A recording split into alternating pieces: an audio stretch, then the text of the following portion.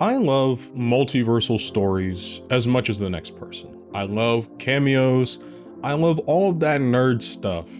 But there's something so special about Spider-Man specifically being a street level hero that sometimes I think gets lost in translation because of his popularity. Because he's so popular, he demands to be in the books in which Galactus is showing up. He demands to be in the situations in which the multiversal events are happening.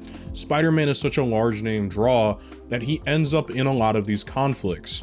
But in reality, Spidey's best stories tend to be the ones in which he's being a street level hero. Spectacular Spider-Man understood this extremely well. Both the first and second season spend a majority of his time as a street level hero dealing with more street level supervillains. And they all do this without having access to Kingpin. Instead, they use L. Thompson Lincoln, or Tombstone, somebody I've neglected to talk about while doing this Spectacular Spider-Man retrospective. Out of all the videos I've made, I haven't really talked about Tombstone. That's because I wanted to save him for one more large episode. Tombstone essentially takes the place of Kingpin. He's running a criminal organization, and he is essentially trying to control the city and keep Spider-Man off of his back.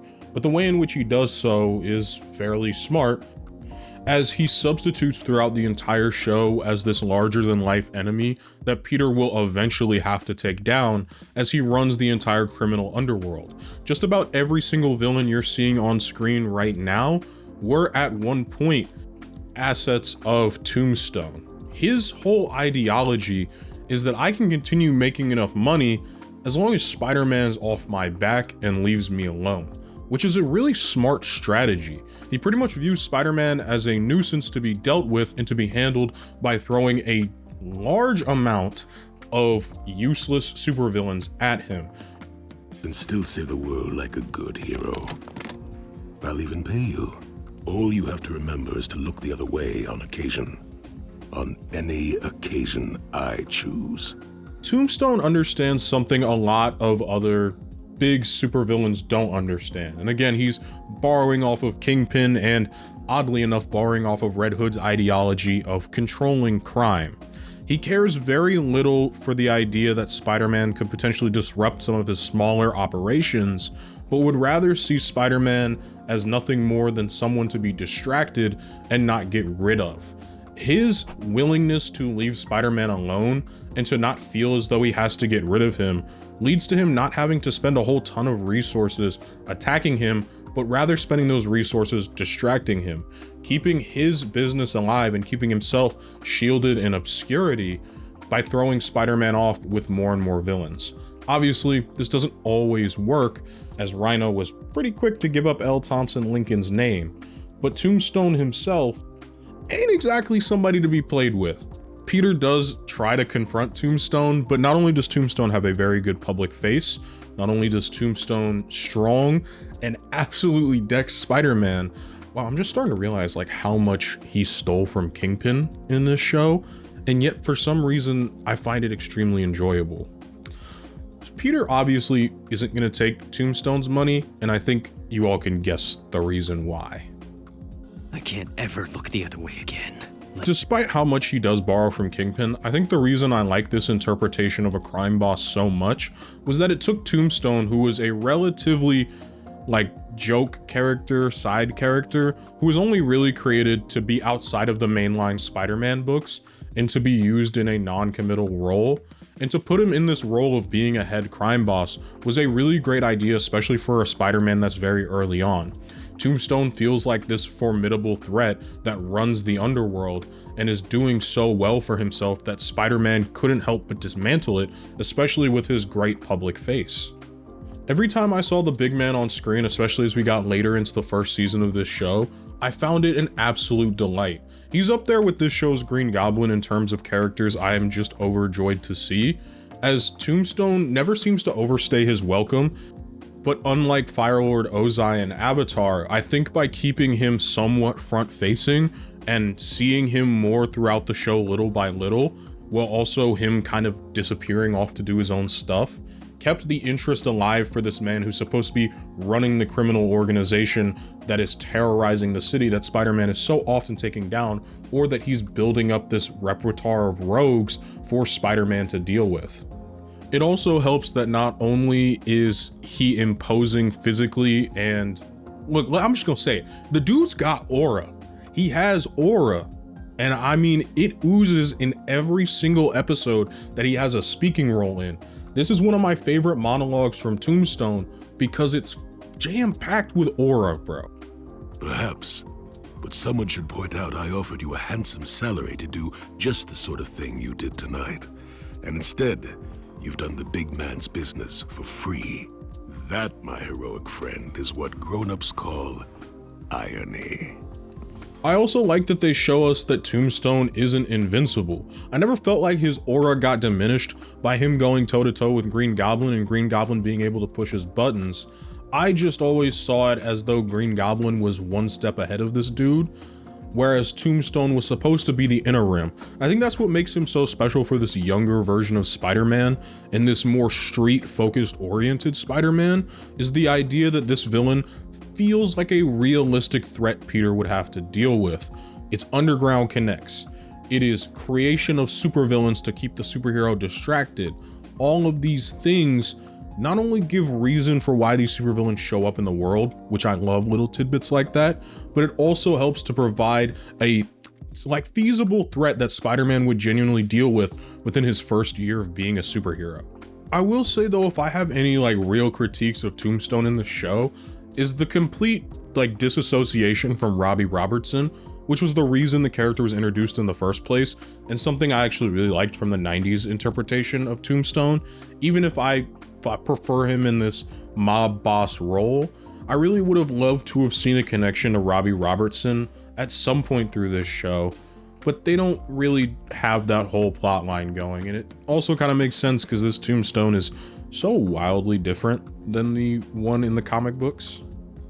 Okay, that's enough glazing Tombstone. I just wanted to get you guys set up and give my thoughts on the character before we get into the few episodes in season 2 I want to talk about today, which heavily deal with Tombstone and one of my favorite suite of episodes Spectacular Spider-Man has, and that's the gang war. Tombstone gained a majority of his power and influence in the underground world after the departure of one of the greatest crime bosses New York had seen, at least that's how the show describes it, that being Silvio Manfredi, or Silvermane. Silvio Manfredi ran this town until the feds put him away and the big man took over. But now that Silvermane's getting out, there'll be a gang war for control of the city. And with Silvermane's release from prison being up on the schedule, he is trying to get his gang in order. And at the same time, Otto Octavius is also trying to start a gang of his own, being the criminal mastermind that he is. And currently, they're all vying after one specific thing. That would be the Rhino specs. Essentially, the formulation that Norman Osborn used to create the Rhino, who is an almost impenetrable force, minus the fact that dude can't sweat. That's kind of a big problem. But, I'm pretty sure they've figured out a way to solve that problem anyways, because why else would you spend a stupid amount of money at an illegal auction to attempt to get such a suit? I'm sure each and every one of the buyers has a brilliant idea. And if you can imagine, these horrible villains just don't play by the rules and respect the auction bid for some reason. This is also our first introduction of Silver Sable. I don't really have much to say about this version of Silver Sable. She's just kind of a bad guy, except for her relationship with that boy Hammerhead. Hammerhead used to actually work for Silvio Manfredi, which is important, and we'll get back to that at some point later, maybe. This episode is basically just one large fight scene that goes on congruently, at least in the A-plot that I plan on talking about, and so there's not a whole lot I have to say, other than the fact that it's just a very enjoyable episode of this show, and I love seeing villains fight each other. And what makes it cherry on top for me personally is that Rhino does not want anybody else to have the same powers as him. He wants to be the one and only. So him and Spider-Man straight up call a temporary truce and decide to work together, all in favor of no more rhinos, which I think is just really cool and fun. But did I mention this partnership was temporary? Nice one, partner. Sorry, I'm dismembering our partnership. Oh, they do end up getting rid of the drive and the evidence, which is another loss for not only Tombstone, but just about every other mob boss in the underground, all while Peter was successfully still being a terrible boyfriend. And Liz, a great girlfriend. I kinda don't deserve you. You kinda don't, but we'll work on that. Wow, Gwen is so cool. I mean, Liz. Remember when I said that Hammerhead has pretty much taken nothing but L's, especially since the second season has started? Well, it's all really starting to compile on top of each other's.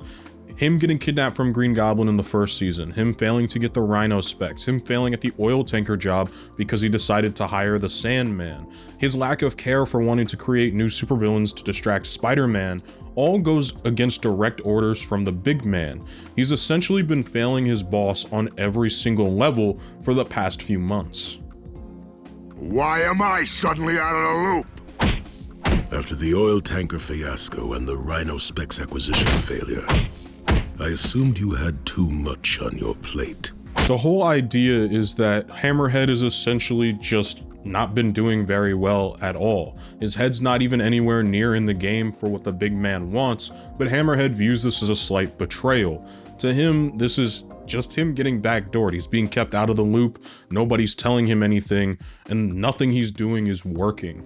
It even sucks more considering the fact that Tinkerer was contracted to help both Montana and his group break into a vault and steal a ton of gold, all without Hammerhead being told. It's just setting and sowing the seeds of doubt and deception that we'll see later.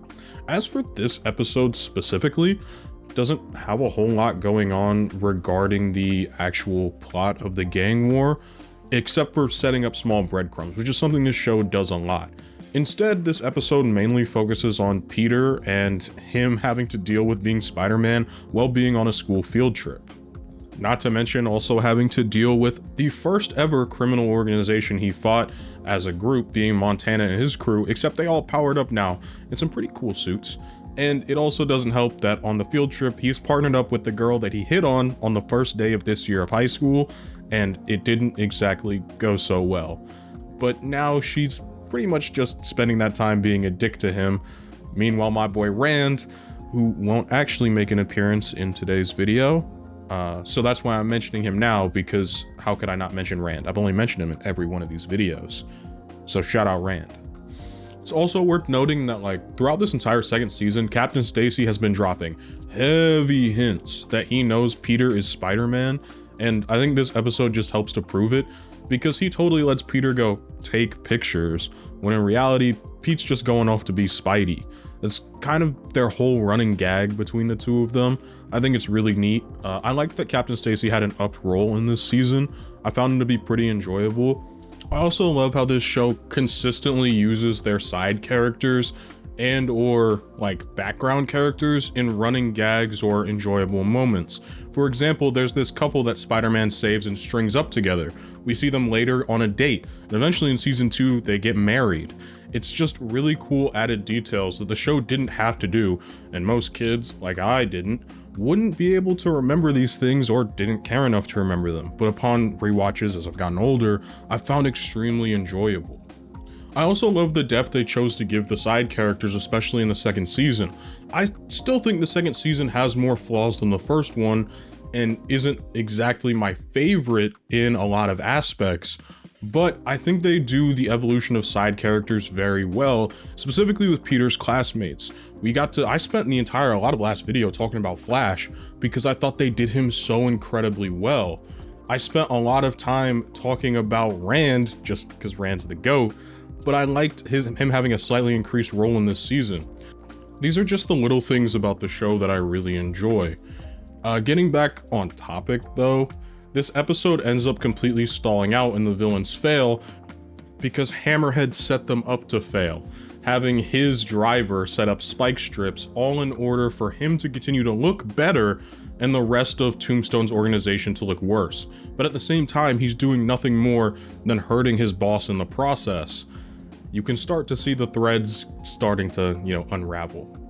It's also worth noting in this episode that despite how much of a terrible person Sally has proven to be, considering she's vain, obsessed with her looks, and her status as a high schooler, she ultimately does care that Peter lives. When it's assumed that Peter dies due to an explosion, she goes out of her way to be sad and to mourn it. And when she finds out he's alive, she's overjoyed because she's not a terrible person. And I love that the show builds upon that. She's just a dick. Do you know what you put me through? I didn't realize you cared. Oh, I so don't. But I don't want you blown to bits either. I'm not a monster. This last episode that I really want to dig into today is arguably one of my favorites in the show because I think it has some of the best combat scenes in the entirety of the show. Like, bar none, I feel like this episode got some of the biggest budget for combat in the show. And it all starts with Spider-Man having to stop a gang war that's essentially being broken out between Silvio Manfredi's men and Tombstone's men. They're officially fighting on the streets as Manfredi is out of prison. So that pretty much means it's open season to try and get his territory back. And Tombstone ain't taking too kindly to it. Otto is also like attempting to get in on this because for some reason he is. I'm sorry, I just find it really hard to take Dr. Octopus seriously. I'm sorry. More importantly though, all three of the big men have been called to a summit to hopefully orchestrate a peace negotiation between the three of them, to split territory evenly and potentially even work together, because all of this fighting isn't going to do any good outside of getting a bunch of random goons killed and potentially ruin their public image for someone like L. Thompson Lincoln, who is viewed very well in the public and he is a well-respected figure. But it becomes a bit of a contentious point as to who called this summit exactly. I wonder why you bothered calling this summit. But I didn't call it. This relic did. What's the game here? You called the summit yourself, Tombstone. Bet we could settle this easy. Oh, yeah? How would that go? This entire summit was nothing more than a setup. Hammerhead didn't actually set any of this up. He simply was just going to be the fall guy and the inside man for the Green Goblin. As we've seen throughout season 2, Hammerhead has just been treated pretty terribly by the big man. I mean, he's pretty much just been left out to dry this entire season, even though the two characters were fairly close in the first season, and he's just kind of sick of it.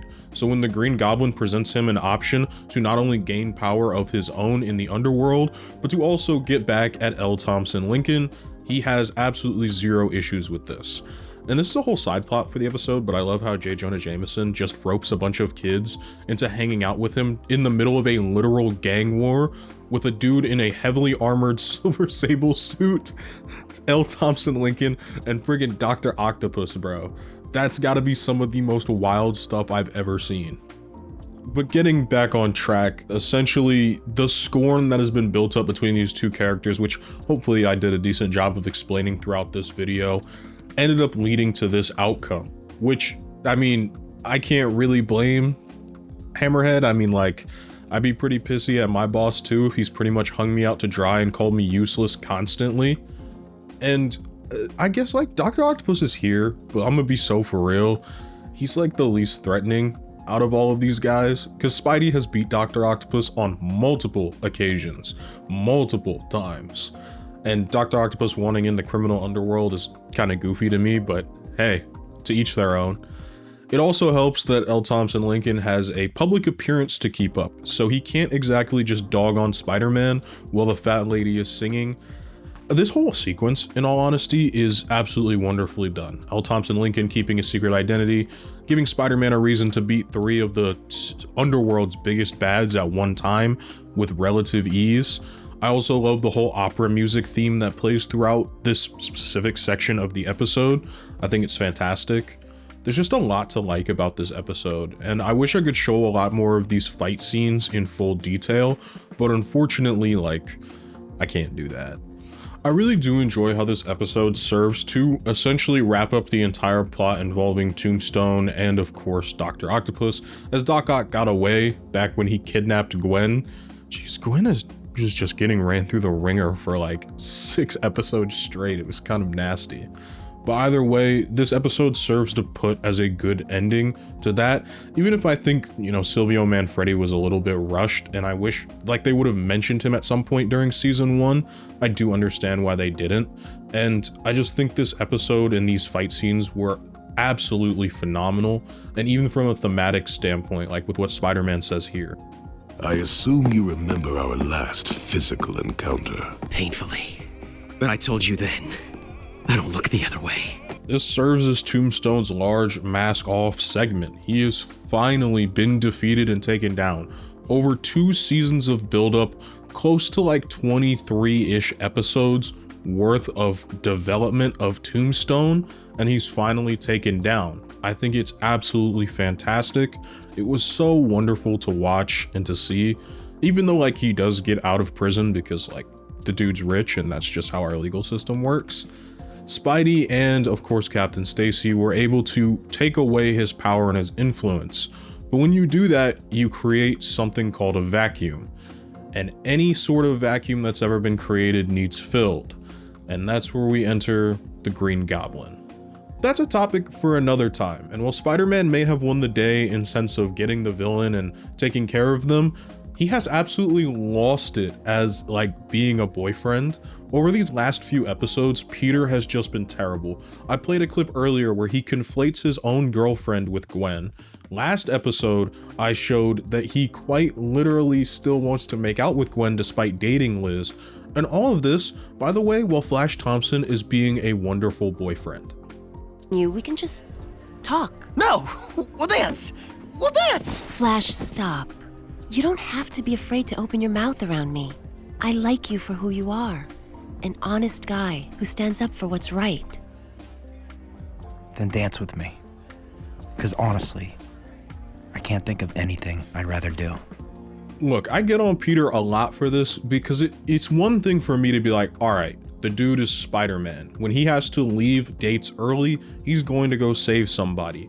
Even as Peter, you can understand the fact that if he doesn't take these pictures, he can't pay for Aunt May's medical bills.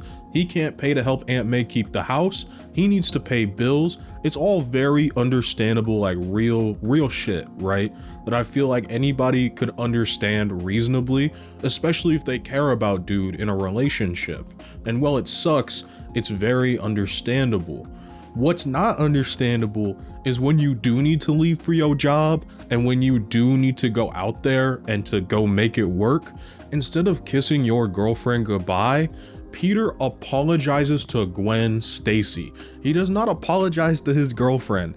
This man apologizes to Gwen Stacy, which has to be one of the most crazy moves I've ever seen.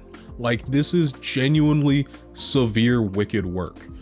And Liz has been making this relationship work constantly going out of her way to be a good girlfriend and to be extremely supportive of his job, supportive of the fact that he can't go to events the way she wants to. She's been nothing but supportive of this man, and this is how he repays her. It's honestly some of the most wicked shit I've ever seen. And you know what makes it all even worse? Not only did he do this in front of Liz's brother, but also the fact that Liz doesn't leave him. She does not break up with him because of this. She still chooses to be with that man, despite the fact that he is objectively a bad boyfriend. I mean, I have no words. I remember like the relationship breaking down being bad, but I never remembered it being this bad as a kid. Because like I can't defend this man. I'm gonna be so for real. That job. You think this is about your job? Liz gets the job. Well, then what is it? 2 words. Gwen Stacy. Liz saw how you looked at her, how you apologized to her for leaving. My sister's not gonna be your second choice. She's too good for that. She's too good for you. Like, Brody, I get it. You like Gwen, so why are you stringing Liz along? You needed to have gotten your head straightened out and picked the girl you wanted to be with before you chose Liz. You know what? This isn't worth my time. It's not worth my energy. And let's stop wasting your guys' time. Thank you all so much for watching the video. I truly appreciate it. Okay, YouTuber time. Thank you all so much for watching. If you want to leave a like, it helps out the channel a lot. If you want to leave a dislike, please dislike, and then tell me down in the comments below why you dislike the video, as constructive criticism helps me to be a better creator for each and every one of you. You know, if you want to sub, it's free. You can always unsubscribe later. It's truly appreciated. As well, I do have a Patreon in which you can support me for $1 a month. Don't feel like you have to. Your viewership is more than enough. But that'll just allow you to see this content early. It'll allow you to see the content unedited. It'll also allow you to join the Discord and just hang out with the community I'm trying to build, at least with this channel. As well, if you're in the $5 or above tier, your name gets shouted out at the end of each and every one of my videos, just like these lovely people right here. So shout out Metal Monk, shout out Belladonna, shout out Oscar, shout out McGann, shout out Gabriel Lafonte, Transgers1, Video Gamer 75, Golden Boy 420, Dakota Ross, and Donovan Gomez, and MC Bomb 27. You all are the GOATs, and I hope you all have an absolutely fantastic day.